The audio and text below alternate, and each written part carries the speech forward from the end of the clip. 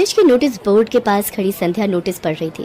तभी राजन पीछे से आया और उसकी आंखों पर अपने दोनों हाथ रख दिए।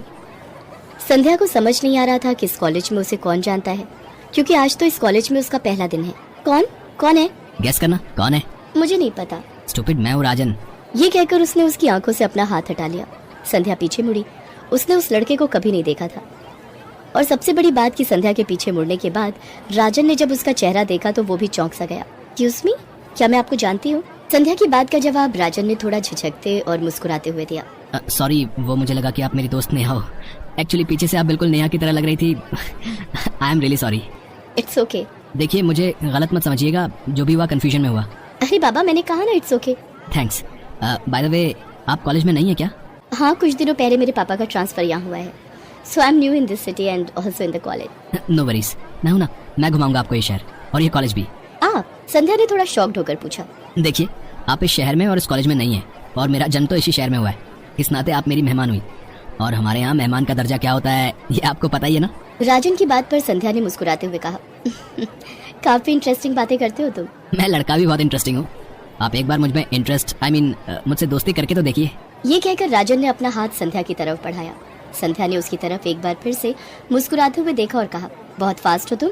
आपको कैसे पता मैं फास्ट बॉलर हूँ? राजन की इस बात पर संध्या उसे घूर कर देखने लगी। तब राजन ने कहा, सॉरी, जस्ट जोकिंग। अपनी पहली मुलाकात में ही राजन ने संध्या के दिल में जगह बना ली थी, और ये जगह बतौर दोस्त की तरह कम, एक प्रेमी की तरह ज्यादा थी। मिलने के एक सप्ताह के अंदर दोनों में प्रेम का इजहार हो गया, और जैसा कि टीनेज में होता है, प्रेम सारी सीमाओं को तोड़ने के लिए तैयार रहता है। उनके साथ भी कुछ ऐसा ही हो रहा था। ओए, इतनी रात को फोन क्यों किया? तेरी याद आ रही थी यार। लेकिन मुझे तो नींद आ रही है। संध्या ने जमाई लेते हुए ये बात कही।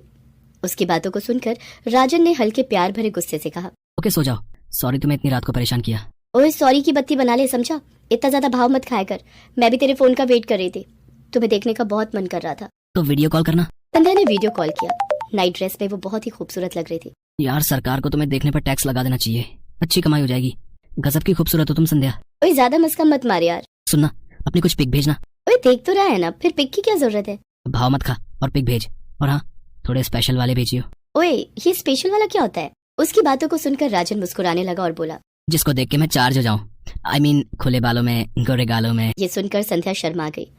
कुछ दिनों के बाद की बात है, वो दोनों कॉलेज की कैंटीन में लंच कर रहे थे। तभी राजन ने कहा, संध्या, तू संडे को क्या कर रही है? कुछ खास तो नहीं, पापा घर पर होंगे तो शायद हम लोग बुआ जी के यहाँ चले जाएं। वो क्या है ना, फूफा जी थोड़े बीमार चल रहे हैं। ओए, तू क्या डॉक्टर है जो फूफा जी का इलाज करने जाएगी? क्या बात है, कोई प्लान है क्या तेरा?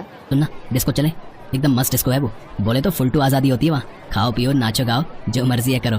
वहाँ सब अपनी उम्र के लोग होते हैं। तो चलना, मजा आएगा। पापा को क्या कहूँगी? कह दियो कि अपने बॉयफ्रेंड के साथ डिस्को जा रही हूँ। राजन, ओए, ये भी मैं बताऊँ?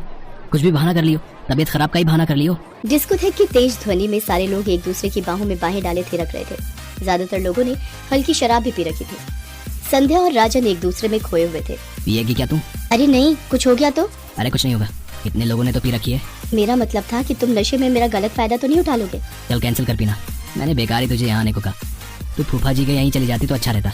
राजन ने अपनी बात खत्म भी नहीं की थी कि उसने देखा कि संध्या डिस्कोथेक के बार से हाथों में ड्रिंक लिए उसकी तरफ आ रही है।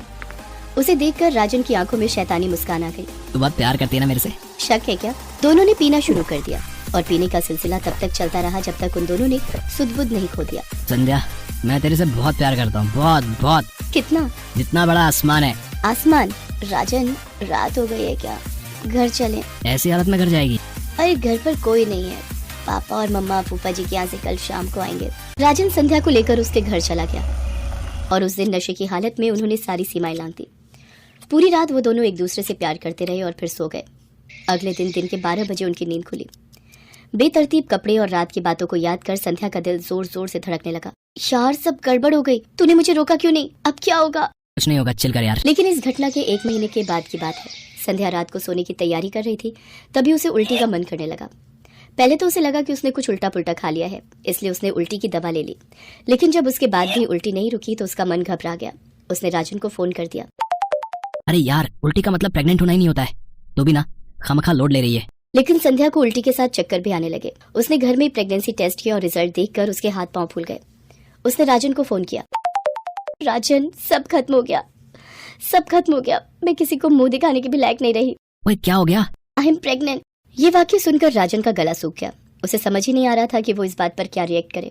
मजाक मस्ती में बहुत बड़ा कांड जो हो गया था। सुनना, मैं तुझसे थोड़ी देर में बात करता हूँ, पापा बुला रहे हैं। लेकिन राजन का थोड़ी देर एक सप्ताह तक नहीं आया। कॉलेज में भी वो संध्या को इग्नोर करने लगा था। संध्या उसे कॉल करती तो वो उसका कॉल काट देता। लेकिन एक दिन उन दोनों का आमना सामना हो गया। क्या बात है राजन, तू मुझे इग्नोर क्यों कर रहा है? नहीं तो मैं भला तुम्हें क्यों इग्नोर करूंगा? इसलिए कि मैं प्रेग्नेंट हो गई हूँ। संध्या देख यार, हंसी मजाक में हम दोनों से भूल हो गई। तू इस बच्चे को गिरा दे, नहीं तो खामखा हम दोनों की और दोनों के परिवारों की इज्जत मिट्टी में मिल जाएगी। यार ये तो बहकने के पहले सोचना चाहिए था ना। गलती हो गई, क्या करूं? सुन, मुझे इन सबसे मुक्ति दे यार।